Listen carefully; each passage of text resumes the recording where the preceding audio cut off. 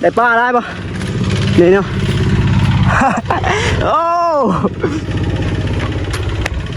เสียวเฮาเสียวเฮาเสียวเฮาโอ้เสียวเฮาโอ้โอ้โหดเกิน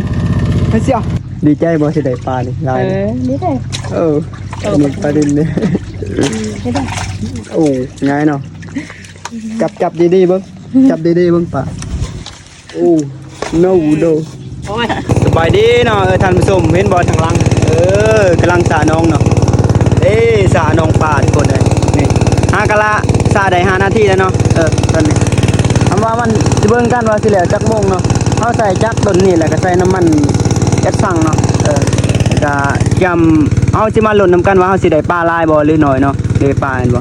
จริงมันก็มีอยู่เพราะว่าปลานิ่มที่ข่อยเลี้ยงมามันก็อยู่ทางนอกเลยก็ปลาดุกเป็นหยังล่ะปีกายนี่ข่อยบ่ได้สาเนาะน้องนี่ตอนนี้ผ่านไป20 กว่านาทีเนาะซาบอเนาะซาบอน้องปานินนี่บุกเลยเบื้องนี้มันเลิกได้นำซ้ำเอวประมาณกลางโมงไปแล้วทุกคนเลยเคยคิดว่ามันสีอันนะแห้งกันนะบ่ายโมงไปแล้ว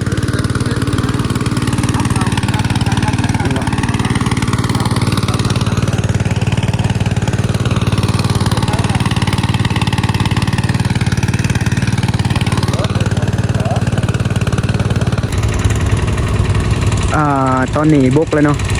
ได้ซ้ำหนึ่งแหละตอนนี้เขาจะมาสะอยู่นี่ก่อนทุกคนเห็นบ่เขาจะเอาไม้ออกนะ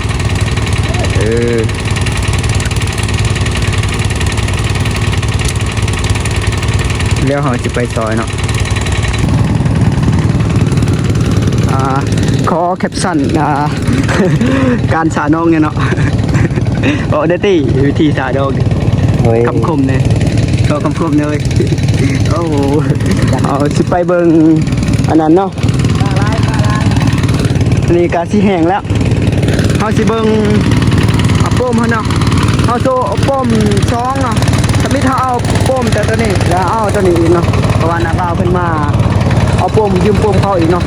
เพื่อให้มันเป็นเขาสะไว้นะอันนี้ผ่านไปชั่วโมงป้ายเนาะได้คือซ้ำนี่ยังอีก2 ชั่วโมงคือสิบกอยู่ทุกคนกะว่า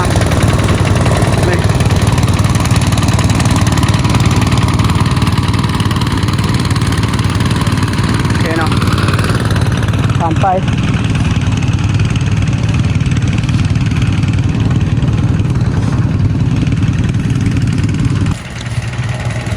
ขอเก็บสั่นการสาน้องนะเสียในน้องมีปลาใหญ่ในใจขอมุมิกเจ้าเลยโอ้ยธรรมดาเลยมาสาน้องอย่าใช้เวนตาไว้ปลาสองโฟม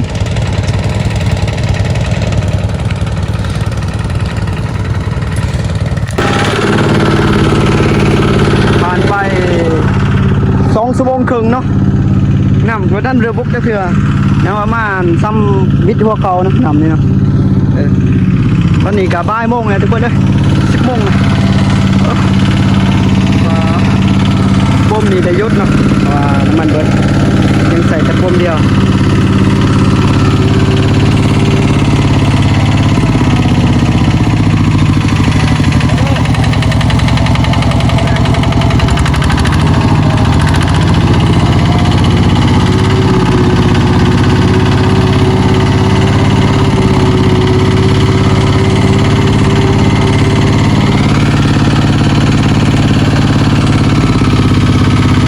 เดี๋ยวสิทำการเบิ่งตอนต่อไปนะครับจะเป็นจังใดเนาะนี่คือปลาเนาะปลาทุกคน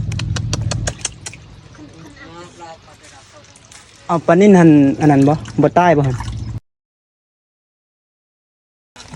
ปลาเบิดแล้วบ่อยู่น้องยังบ่มีปลาเนาะ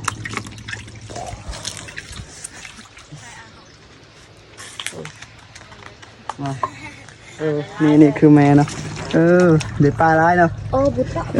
รเจาะนะบุตรได้เจาะข้อมือซึกที่ได้ปลาดิเป็นยังได้เนาะที่ได้ปลาร้ายเนี่ยเนาะ เลี้ยงอยู่น้อง เลี้ยงอยู่คนดุคนมันเด้ ดีใจบ่สิได้ปลานี่ลาย นี่ได้ เออนี่ปลาดินเนี่ย นี่ได้ โอ้ง่ายเนาะ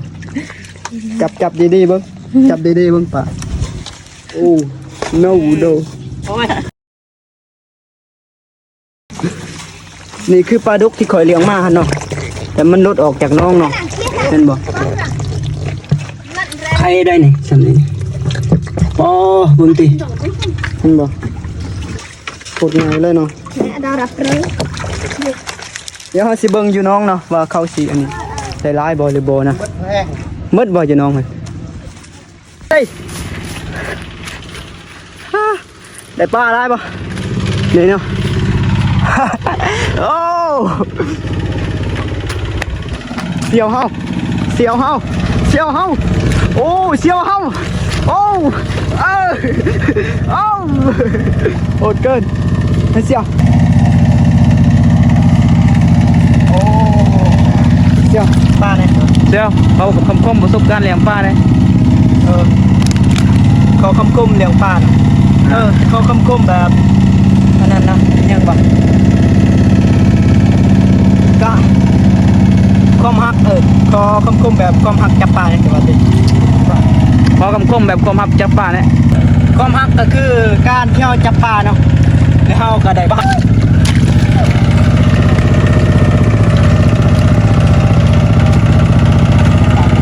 ความฮักก็คือป้านี่แหละเนาะแล้วเราก็ได้ป้าแล้วเราก็มากินเนาะมากินแล้วมันก็แซ่บแล้วมันก็มีแห้งเนาะแล้วมันก็นี่ขี้เอาเนาะ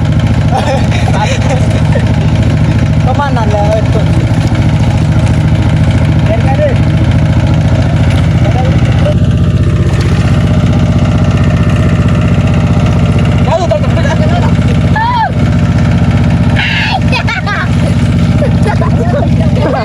พอแล้วจ้ามือ